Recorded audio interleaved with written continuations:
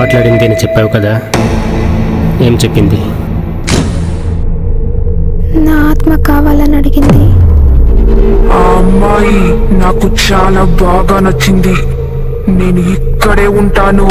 మీరు ఇంట్లో ఉంటే తను ఇబ్బందిగా ఫీల్ అవుతుంది, అందుకే మిమ్మల్ని భయపెట్టింది. ఆత్మ ఈ ఇంటికి ఎలా వచ్చింది సార్? నా చిన్నప్పుడే మా అమ్మ నాన్న పోయారు.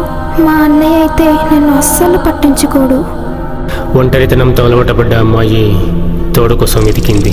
ఇక మీదట మా ఇల్లు వదిలి ఎక్కడికే వెళ్ళకూడదు, సరేనా? కానీ అది బొమ్మ కాదన్న విషయాన్ని గ్రహించకపోయింది.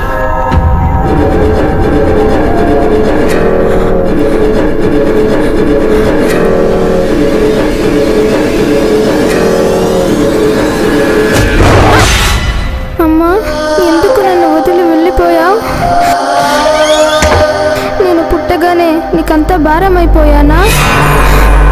నువ్వు వెళ్ళేటప్పుడు నన్ను కూడా తీసుకెళ్ళుండొచ్చు కదమ్మా. శారీరకంగా ఏర్పడిన బంధాలు ఏది శాశ్వతం కాదు. ఆత్మలు కలవడం వల్ల ఏర్పడిన బంధాలే శాశ్వతం.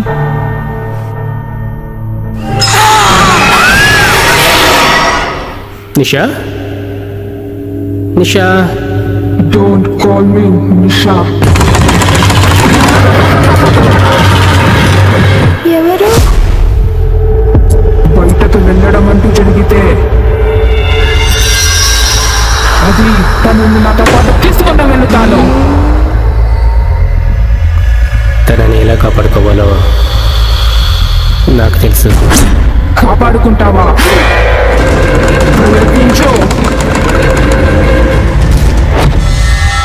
ఉగ్రమీరం మహావిష్ణుం జ్వలంతం సర్వతం ముఖం నృసింహం భూషణం భద్రం మృత్యుం మృత్యుం నమామ్యహం.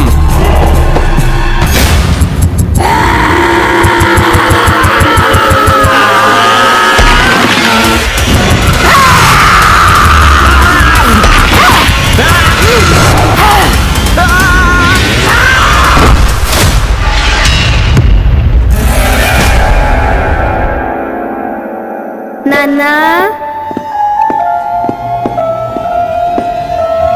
నా మాటలు వినబడుతున్నాయా నాన్నా?